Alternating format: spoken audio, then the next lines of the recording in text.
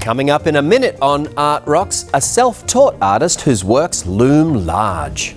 I learned how to paint from the dirt down here, from the ground, when I was 5 years old, in the vans, in the weeds. A new path for the harp, perfecting playability, and transforming expressions through ballet. That's all about to happen on Art Rocks.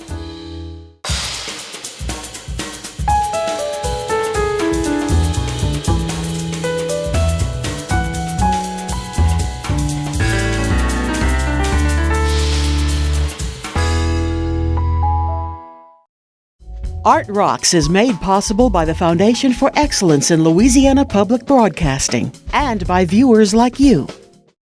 Hello, and thank you for joining us for Art Rocks with me, James Fox Smith, publisher of Country Roads magazine. First of all, a man who started painting long before he had the usual paint, paper, canvases and other supplies artists generally use to bring their scenes to life. Lake Charles artist Eddie Mormon says that he learned to improvise, sourcing his own supplies from the world around him.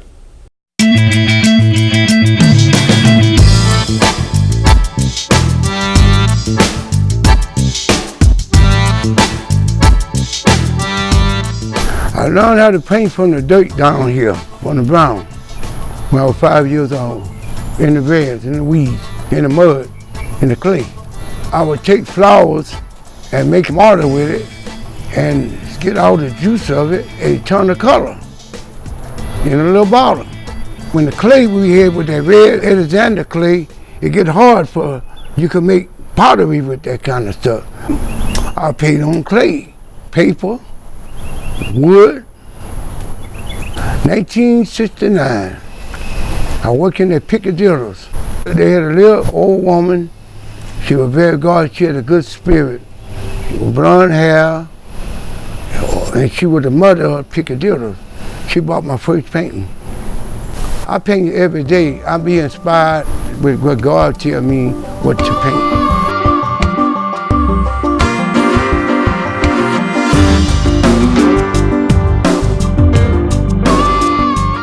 The duck painting, that's gonna be a fundraiser. See, I'm an artist. When people tell me what they want, I give them what they want. They want a building, I'll do a building.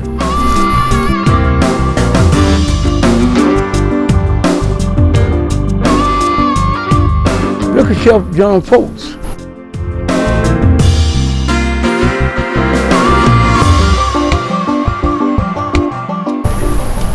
I worked 25 years on the waterfront. I just had to get up early in the morning. And early morning is the best time for me to see the moon, the star, the first quarter, the second quarter, the third quarter, and the last quarter, and the stars. They inspire me like Van Gogh. So all your master painters use. This painting is museum painting like Rembrandt. I painted 80 by 60, customized canvas made out of Houston, Texas. You gotta have lots of paint to cover that. I painted sunflowers. I painted on Lake Charles Bridge. I painted Hawaii, and I got some more commission to paint the airport here in Lake Charles on 80 by 60s. I make my own color. See, I use primary color. I don't go with all those off color. You make your color like you're cooking. I'm colorblind. I see shadows and shades. In French, I painted with a knife. My favorite part about painting here, it comes from your soul. It's a feel that you get. And when that feel you get when it's just like singing. Nobody can stop you from express yourself. It's a spiritual thing, really. For anybody that do something from their soul, you cannot put a time on it. It comes from you. How long it take? You take like your musician like Marvin Gaye, all your the staple singer, all the ones Stevie Wonder, or R&B or a record. Well, you know what? It's the feel that you get. It's a feel. It's all about your feeling. You gotta feel it from your soul and from your heart and your mind. It better not be no few days. You starve and go broke. It's a very hard living to make. If artists don't go on the road, and get exposure, the best thing for them to do is just say, well, I'm just doing it as a hobby. Oh, I go all over. I went to Colorado Springs, New York, Paris, France. Well, if it takes for me to get there, I'll be there. I'm living to see my fame. Praise the Lord.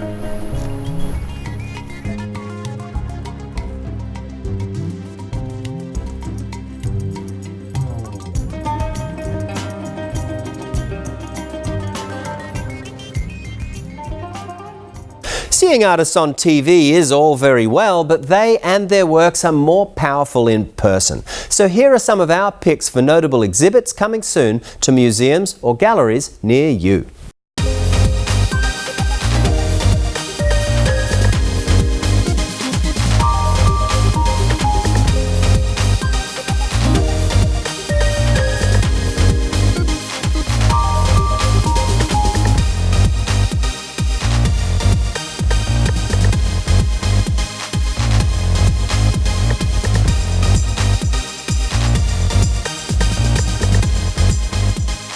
For more about these and many more events in the arts, subscribe to Arts Monthly, the new free e-newsletter from the editors at LPB and Country Roads magazine. What's more, the Art Rocks website features every episode of this program, so to see or share any episode again, log on to lpb.org and navigate to Art Rocks. Bye-bye, Louisiana. Hello, Kansas City, Missouri, home to Calvin Arsenia, a man defying musical genres with his classically trained voice and singular approach to playing the harp. For Arsenia, the most powerful aspect of his music is the connection it helps him create with live audiences, at home and also all around the world.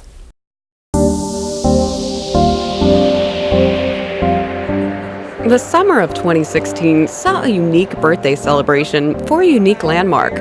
And in fitting fashion, the party was just as unorthodox. Arts of all kinds were put on display for huge crowds that filtered in throughout the day. From dance to opera, culinary to an array of music, ranging from familiar KC faces to someone who has been quietly shaking up the scene with a very different take.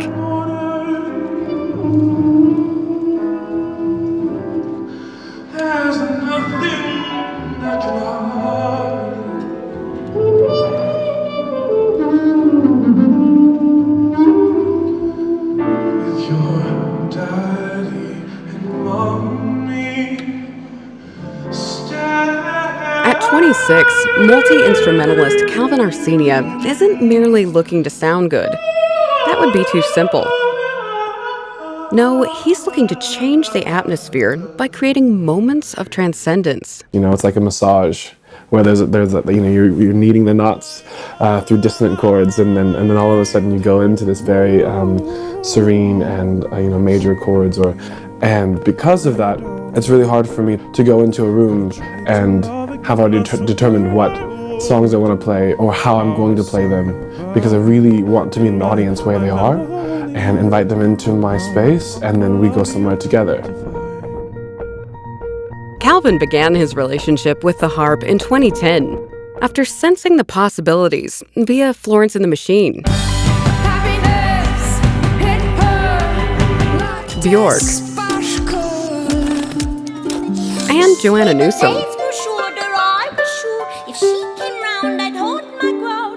And I've always been a little bit more ambitious than I ought to be.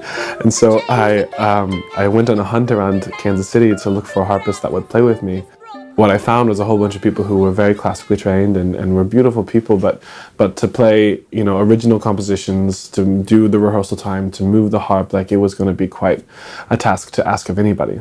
So I found a harp studio that let me rent a harp, and I couldn't afford to rent the harp and to take lessons, so I just took the harp and I learned from YouTube for about a year, and it was horrible. Fortunately, it's really hard to make actually bad sounds on the harp, and so I would take it, everywhere. But everywhere doesn't include international travel. In 2012, Calvin joined a mission trip to Edinburgh, Scotland, meaning man and harp would have to part. But that didn't last for long. And I made it about 1 or 2 weeks before I was like craving a harp, and I was like, I have to play, I have to play. And so I rented another one, and I took it to every kind of jam session or open mic that I could. And I remember sometimes I would be playing at those open mics, and my hands would just tremble and tremor, and my voice, I was just so nervous. And because with the guitar and the piano, like I'd been confident on those for a long time before I was actually playing, and the expectation, for me to be able to deliver what I wanted to do on an instrument, like I had that expectation of myself, and I had made that expectation for my audience. And then, 3 years later, here I am, and it's what I do for a living, and it's kind of cool. If I said the devil made me do it, that'd be the easy way out. But it was God himself that dug me out of the ditch of doubt. The choices I made got me here. A lot of times I'm able to be the first harpist that people have seen, and I feel it's really cool to me. It's also kind of scary because I don't play conventionally. So it's cool because I love to take the harp in places that it's never been before. But sometimes I do get booked and asked to play like banjo or guitar or something, and sometimes I get confused and I show up at a venue like with a harp and nothing else, and they're like, wait, we thought you were going to play guitar. I'm like, but I brought a harp. Besides having several albums under his belt and a packed performance schedule, Calvin also makes time for a handful of exceptional students. Yeah, I'm getting ready to go in to teach one of my students. His name is Reno, and he plays piano. And Reno plays by ear really, really well. Loves to improvise, but I just try to give him some more vocabulary in what he's doing, and some different kind of ways to approach melody and chords, and as well as technique. I think my job is to help people fall in love with the process of learning and learning how to be self-sufficient, and kind of unveiling these different kinds of concepts and nuances rather than trying to teach them how to memorize a piece. It's more important to me that they're able to express their own ideas and to be able to hear and communicate and understand the ideas that other people make so that they can communicate their own stories. Yeah. And I'm really excited to see where my students go in the years to come. It's a journey that holds much promise for both student and teacher as Calvin continues to push the bounds, taking the harp where it's never gone before, and taking us along for the ride.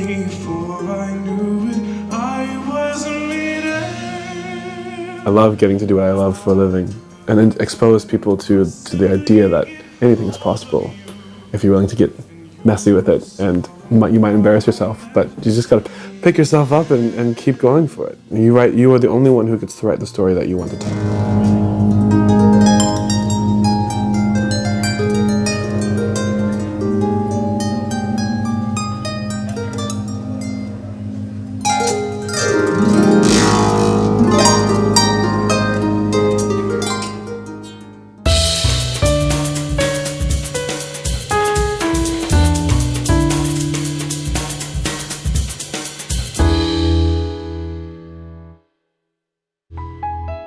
Carrying on the tune, let's visit the Brooklyn, New York studio of modern violin maker Samuel Zygmuntowicz. He stumbled onto his craft as a teenager, honed it at the Violin Making School of America in Salt Lake City, and has spent his career breathing life into violins for some of the world's most talented musicians.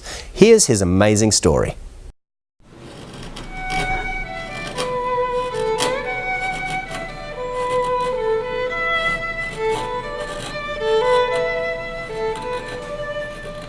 I was interested in sculpture and art from as little as I can remember. I was always doing sculpture. I think I was good at it, and everyone assumed that I'd be a professional artist. When I was 13, I read a book about a violin maker, and I kind of got interested in instrument making. If someone comes to me to have a violin made, there is kind of a process where I want to understand, first of all, why did they come to me? Presumably they've heard instruments of mine. I want to see their violin. I have to understand what they want. Are they a soloist, or are they a very aggressive, strong player? Are they someone who is a more subtle player, softer? Then I will go back to my shop, and then it's up to me to decide what I will make for them that will serve their needs. First, I have to make what's called the rib structure, which is the sides. And those are bent out of very thin wood around a form, which I've designed. From the ribs, from the sides I've made, I will then create the outline of the instrument. Saw out the top and the back. While the ribs are bent, the top and the back, even though they have an arch, that's carved in because it's a compound arch in many directions, whereas the ribs are just bent.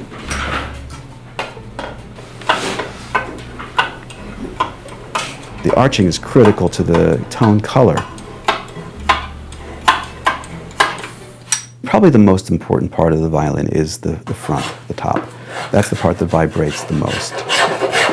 But when it's working as a violin, it's going to be vibrating in a way that, you know, is not visible to the eye, but that is very real. It's like a long chess game. I won't know if I've made the right calls until the instrument's been strung up and been played for a while. It crosses a line from being something that you've just made, like the same way you'd make a chest of drawers or build a house, to being something that is vibrating in response to a human interaction.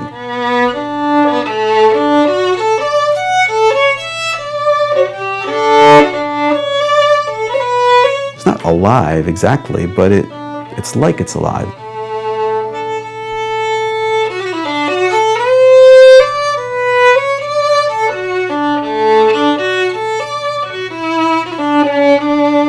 Every violin I make, I keep really exhaustive records on every aspect about it that I can. You know, wood choice, model, arching, thicknesses, weights, tap tones, varnishes, bass bar dimensions. If an instrument of mine comes back and I really like it, I want to make another one like that, I have some record of what I did.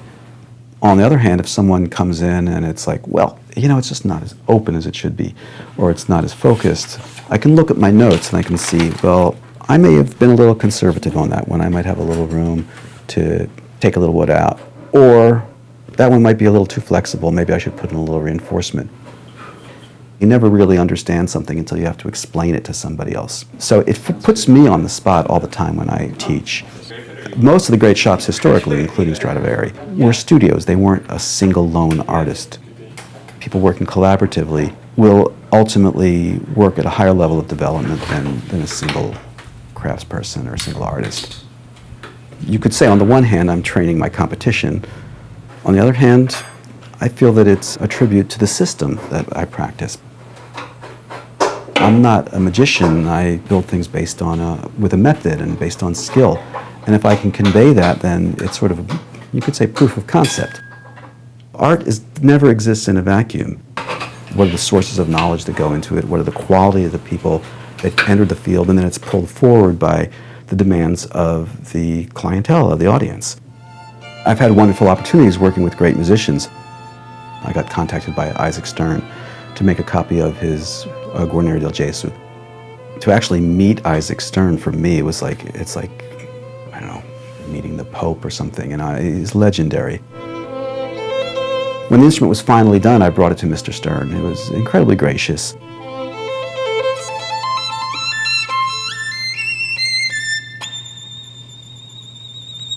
When Mr. Stern passed away, the two instruments that I'd made for him were part of his estate, and they were auctioned off.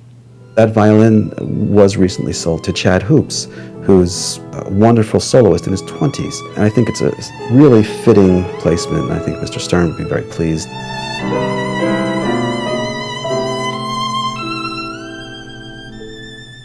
It was an odd feeling to see that my work has now left my purview.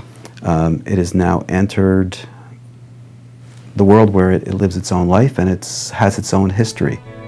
And I feel like I've seen my own work go from, you know, a decent alternative for a musician to being something that is sought after and that has a place in the history of violin making.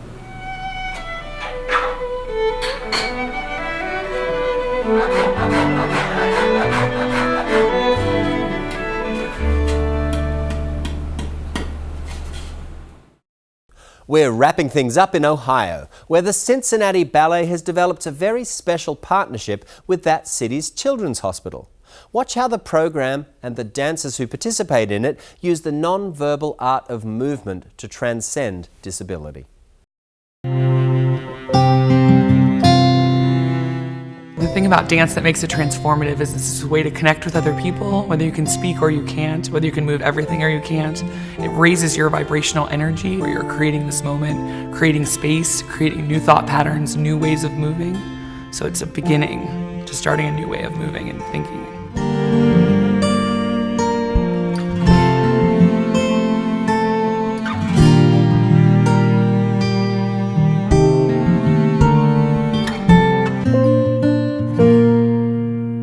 Ballet Moves is a class created for children with Down syndrome and cerebral palsy. It's a collaboration between us and Cincinnati Children's Hospital.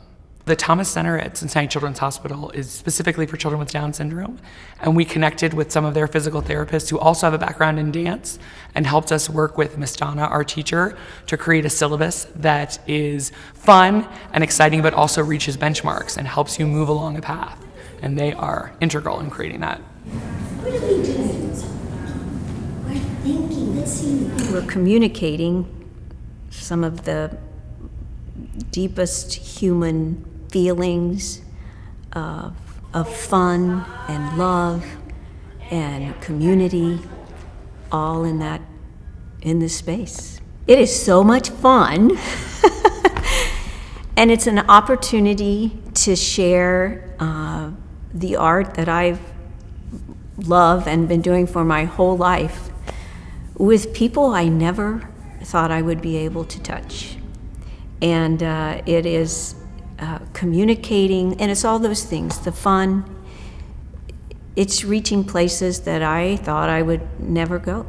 And it not only physically and mentally, but emotionally, it's giving them a social contact, which is really important to the parents. They say they need some type of social interaction, and we work really hard to make that happen. Having children go down the floor holding each other's hands, or do-si-do, doing things with partners to help with that part.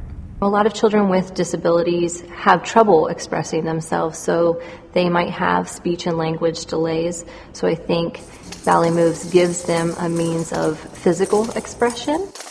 And then in terms of building relationships, I think Ballet Moves has brought together people that wouldn't otherwise come together or interact on a daily basis. So I think it's really brought together the arts community and the disability community. And, by forming those relationships, they learn more about each other and can develop a better appreciation for one another. It's awesome. We have a couple kids who are nonverbal, but that doesn't mean they're non-communicative, So you meet a child who can't say to the world, this is what I want and this is what I need, but can communicate through dance and can learn steps and do all these other things. That's amazing, for me.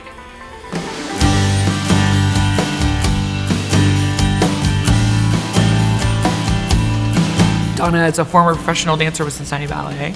She has been teaching future dancers in our academy at Northern Kentucky University at CCM and SCPA.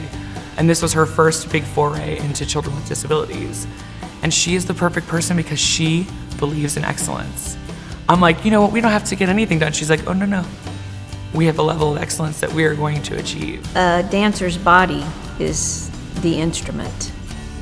And so every movement we do can express something.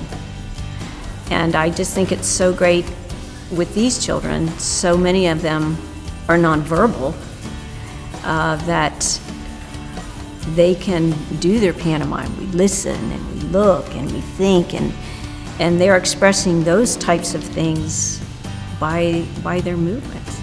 Miss Donna is caring and thoughtful. I think a lot of people can have preconceived notions about what children with disabilities are able or not able to do, but she just doesn't have that. And so by not having those preconceived notions, she doesn't set any limits on the kids. And therefore they grow so much more than you might have ever imagined. Arms, freeze. Big arms.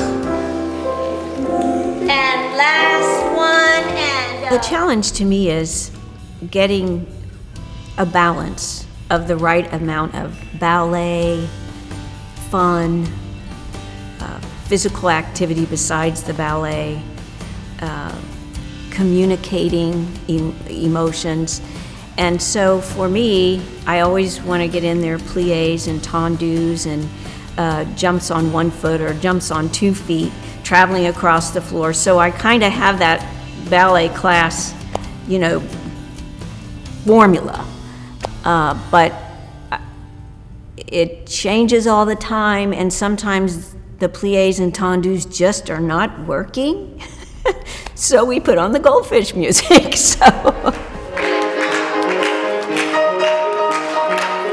Class right now meets on Saturdays. We have 3 classes. 8 students are in each class, and each student has a helper who's a physical therapy or occupational therapy student. And then we have Miss Donna Grise-Weber is teaching, and a physical therapist from Cincinnati Children's that's leading the class. And then there'll be either someone on piano or drum, and sometimes both. We start out in a circle, and I like to do something where each child is called by name and stands up as an individual, and they have a task. It could be come into the circle and strike a pose, or dance for us with your maraca, or whatever. But they hear the music, the stand-up music, they come out and do whatever their task is, and they hear the sit-down music, so that they're able to just be cued by the music, which is really neat, I think. So they're listening, and they're learning all kinds of skills. Wait your turn, listen for your name, follow instructions, all kinds of skills. We always end with saying thank you to each other and lining up and saying thank you to our teacher and to the drummers and to our helpers and ourselves. And sometimes we do that with words, and always we do it with signs. So thank you to the teacher and musician. Well, one of the first side benefits that we noticed after the first year is that mostly the moms sit outside the classroom, and so they've become this support system for each other, and that's such a great place for them to come and sit. For our daughter, it's given her a love of the arts and a love of dancing and a love of ballet specifically, while not only developing her from a social standpoint, but focusing in on some of those physical therapy aspects as well. What you need to know about these families in particular is that they are loving to be loved. They are looking for love and support, and they are the most generous families I've ever met in my life. Well, I've fallen in love with all the families, and it's changed what I do. It's changed who I am. It has changed everything. It's the focus of my job. It's changed who I am as a person for sure. And it's definitely changed the mission of Cincinnati Ballet permanently. So we're out of time for this edition of Art Rocks, but never mind. You can find, share and send episodes of the show at lpb.org/artrocks. And if you want more insight into the art and culture of Louisiana, Country Roads Magazine is a great resource for learning what's going on in the arts all across the state. So until next week, I'm James Fox Smith, and thank you for watching.